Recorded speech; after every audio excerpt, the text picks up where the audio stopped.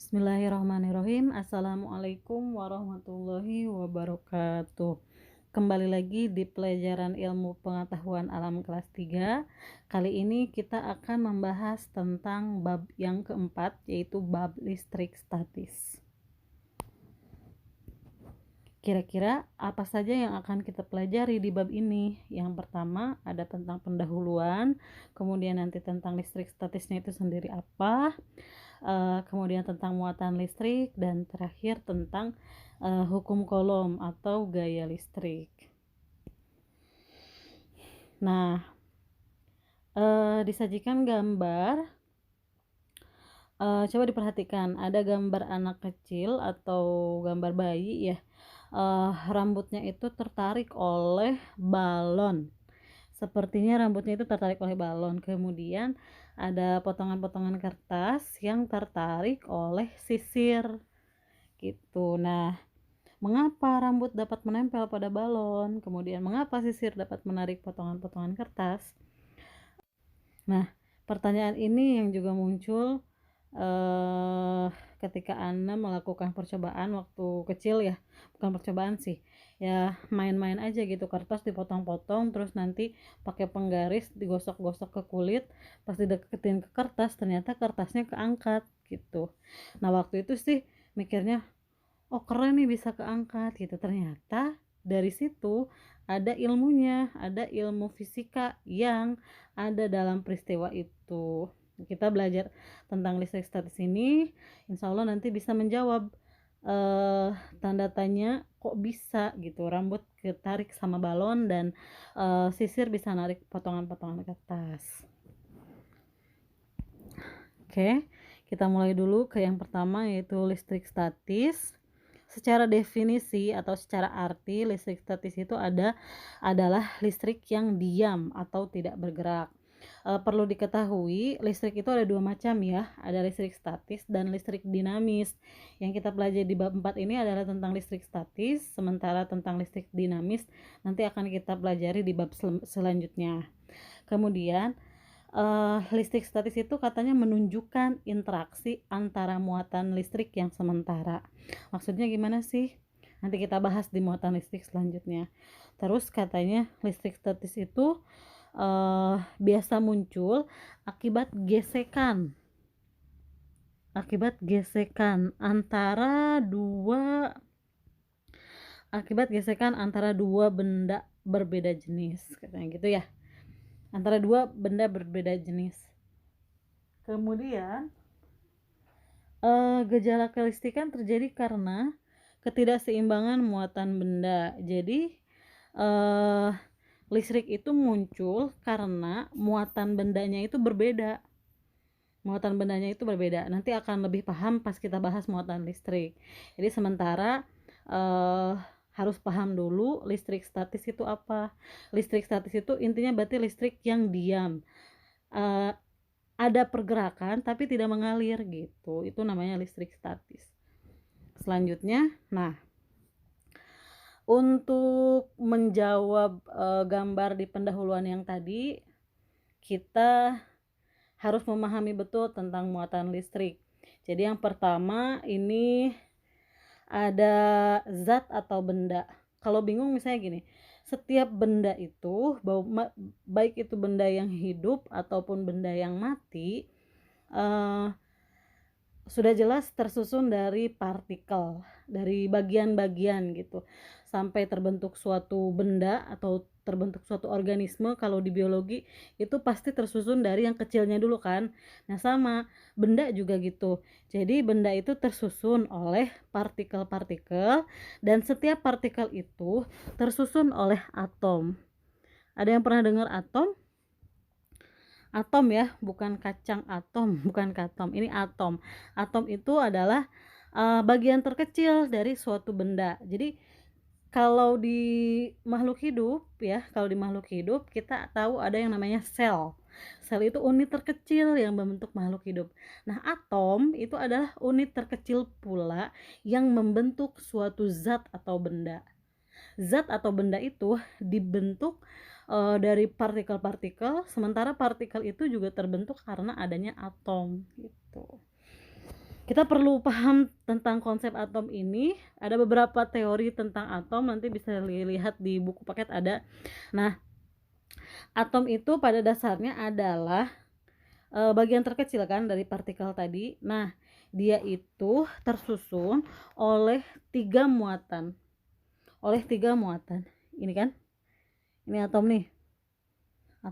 Atom ini tersusun dari tiga muatan. Yang pertama namanya proton, yang kedua elektron, dan terakhir ada neutron. Setiap nama ini adalah menunjukkan jenis muatannya seperti apa. Jadi bentuk atom itu seperti ini, yang kuning ini atom nih, sebulatan yang kuning ini atom. Kemudian di dalam atom itu ternyata tersusun dari tiga jenis, ada yang namanya proton, elektron, dan neutron. Posisinya proton itu dan neutron ada di dalam, yang merah dan yang orange itu ada di dalam kan, yang netral sama yang positif ada di dalam. Sementara elektron dia berada di kulit bagian luar dari atom. Karena dia berada di kulit, dia itu mudah lepas.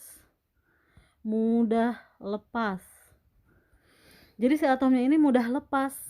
Maksudnya mudah lepas, nanti kita pahami selanjutnya. Pokoknya dari satu slide ini yang harus dipahami adalah setiap zat atau benda itu tersusun dari partikel. Partikel itu pun tersusun dari bagian yang paling kecil lagi, namanya atom. Si atom ini udah bagian paling kecil. Nah, atom ini terdiri dari proton, elektron, dan neutron. Proton dan neutron berada di dalam inti atomnya, sedangkan elektron berada di luar. Untuk muatannya, proton itu muatannya positif ya, sementara elektron muatannya negatif. Nah, neutron adalah menunjukkan keadaan di mana jumlah proton dan elektron sama. Jadi kalau protonnya 20, elektronnya 20, berarti dia netral. Gitu. Sampai di sini mudah-mudahan paham. Selanjutnya nih, jika benda memiliki jumlah proton sama dengan jumlah elektron, tadi Ana bilang ya, jumlah protonnya sama dengan jumlah elektronnya, nah berarti dia bendanya netral gitu. Sementara kalau jumlah protonnya dia lebih banyak dari jumlah elektron, atau bisa dibilang kekurangan elektron karena elektronnya sedikit, maka benda itu bermuatan positif gitu. Jika benda memiliki jumlah proton lebih sedikit dari jumlah elektron, atau namanya kelebihan elektron karena elektronnya banyak, maka benda tersebut bermuatan negatif. Nah, dari sini kita tahu bahwa ada 3 jenis muatan pada benda: netral, positif, dan negatif. Netral itu keadaan di mana jumlah proton sama dengan jumlah neutron. Jadi kalau di situ ada 10 proton dan 10 elektron, berarti dia netral. Nah, kalau positif berarti jumlah protonnya lebih banyak, jumlah elektronnya lebih sedikit, kekurangan elektron namanya. Nah, kalau kekurangan elektron berarti dia namanya benda yang bermuatan positif. Contoh, protonnya ada 10, elektronnya cuma ada 5. Nah, ini namanya benda bermuatan positif. Sama seperti benda bermuatan negatif. Benda bermuatan negatif artinya berarti si jumlah elektronnya itu lebih banyak. Jadi misal kalau tadinya itu ada 10 dan 10 protonnya, tiba-tiba setelah digosok protonnya tinggal 2, sementara elektronnya ada 18. Oh, berarti ini benda pasti namanya benda bermuatan negatif gitu. Nah, ini muncul lagi gambar yang ada di pendahuluan tadi, gambar anak yang rambutnya tertarik balon, sama gambar kertas yang tertarik oleh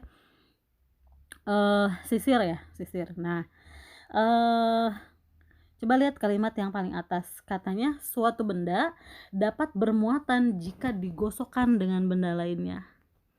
Nah, bisa bermuatan jika digosokkan dengan benda lainnya. Berarti awalnya bendanya nggak bermuatan dong Ustazah? Maksudnya nggak bermuatan itu netral ya, jadi jumlah proton sama elektronnya sama gitu. Nah, dia bisa bermuatan positif atau bermuatan negatif kalau dia digosokkan atau digesekkan dengan benda lainnya. Sebagai contoh tadi yang ada di depan itu fotonya, foto bayi sama foto ini. Nah, balon digosok ke rambut. Nah, kita kan pengen ada muatannya nih, salah satu bendanya ini. Balon digosok ke rambut. Ternyata elektron dari rambut itu pindah ke balon. Elektron dari rambut pindah ke balon. Yang tadinya dua-duanya netral, yang satu berarti kehilangan elektron, yang kedua berarti ketambahan elektron. Ya kan? Elektron dari rambut pindah ke balon. Oh, berarti rambutnya jadi berkurang elektronnya. Kalau rambutnya berkurang elektronnya, berarti jumlah protonnya lebih banyak dari elektron kan? Kalau jumlah protonnya lebih banyak dari elektron, rambut akan bermuatan positif. Sementara karena elektron dari rambut pindah ke balon, ya kan? Dari rambut pindah ke balon, otomatis jumlah elektron di balon itu akan lebih banyak dari jumlah protonnya. Nah, sehingga si balon ini bermuatan negatif. Udah beda kan muatannya ya, yang tadinya sama misalnya rambut itu netral, balon itu netral, ketika digosokkan mereka jadi bermuatan. Yang satu bermuatan positif karena melepaskan elektron, yang satu bermuatan negatif karena menambah elektron. Perbedaan muatan ini jadinya menyebabkan si balon nih dapat menarik rambut gitu. Satu lagi contohnya, sama halnya dengan penggaris dan kertas gitu. Kita udah robek-robek kertas nih, Nah, ternyata setelah digosok-gosok si penggarisnya itu, dia eh si elektronnya dari kertas pindah ke penggaris sehingga penggarisnya bermuatan negatif dan kertasnya bermuatan positif. Atau misalnya kalian bisa deh contoh lain yang biasa kalian lakukan atau yang pernah dicontohkan waktu SD kayak gimana. Terus kaitkan dengan perbedaan muatannya. Bener nggak dia itu karena melepaskan elektron terus dia jadi negatif, dan yang lainnya itu melepaskan elektron jadi positif dan menambah elektron jadi negatif. Maaf. Selanjutnya ini ada yang namanya tabel triboelectric series. Nih tabelnya.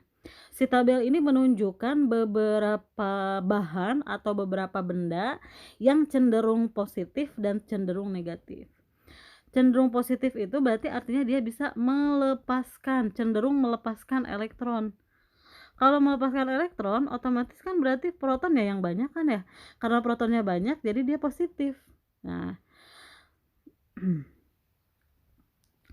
kalau yang cenderung negatif, berarti dia cenderung menerima elektron.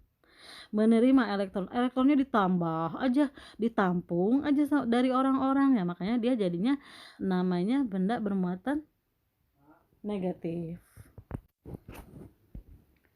Terakhir, kita menyimpulkan bahwa ada sifat dari muatan tersebut, yaitu yang pertama, dia akan tolak menolak kalau benda dengan muatan yang sama didekatkan. Kemudian tarik-menarik jika benda yang muatannya berbeda didekatkan. Sementara kalau normal benda itu tidak bermuatan atau netral. Jadi netral itu tidak bisa ditarik ataupun ditolak oleh benda-benda yang bermuatan. Sekian untuk bagian pertama, nanti bagian kedua menyusul. Terima kasih. Assalamualaikum warahmatullahi wabarakatuh.